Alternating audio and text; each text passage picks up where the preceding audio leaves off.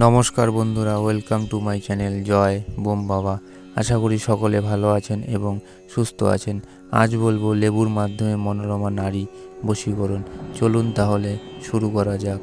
প্রকৃতি আমাদের যে আশীর্বাদ দিয়েছে তাদের মধ্যে একটি হলো বৃক্ষের ফল, তেমনি একটি ফল হলো লেবু। লেবু যেমন আমাদের শরীরের রোগ প্রতিরোধ করে, তেমনি এই ফল দ্বারা তন্ত্রের মাধ্যমে কাউকে বশীকরণ করা সম্ভব।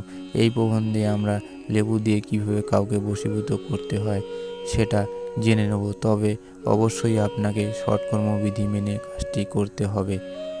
মহানি শস্য পুষ্পানি গীতেন সহ হোম এত সপ্তরাত্রে বসং জাতি যদি রামা মনোরমা বশীকরণ মন্ত্র ও হ্রিং রক্ত চামুন্নে তুরু তুরু অমু কিং মে বশ মানয় সাহা। মহানিম্নের লেবু বিষে পুষ্পে ঘৃত মিশ্রিত করিয়া প্রতিদিন অষ্টোত্তর শত হোম করিবে। এইরূপ সপ্তাহ হোম করিলে মনোরমা নারী বশীভূত হয়।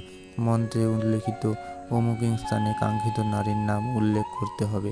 অবশ্যই নারীর নাম পদবী সহ উল্লেখ করা উচিত এবং সৎকর্মবিধি অনুসরণ করবে। তবে এই ধরনের কাজ করতে প্রথমে গুরুর অনুমতি প্রয়োজন। অনুমতি নিতে যোগাযোগ করুন বোম বাবার সঙ্গে স্ক্রিনে দেওয়া নম্বরে হোয়াটসঅ্যাপের মাধ্যমে। তো বন্ধুরা, আজ তাহলে এতটুকুই। দেখা হবে আবার নতুন কোনো ভিডিও নিয়ে। আজকের ভিডিওটি ভালো লাগলে অবশ্যই লাইক এবং শেয়ার করবেন এবং সাবস্ক্রাইব করে আমাদের পাশে থাকবেন। ধন্যবাদ।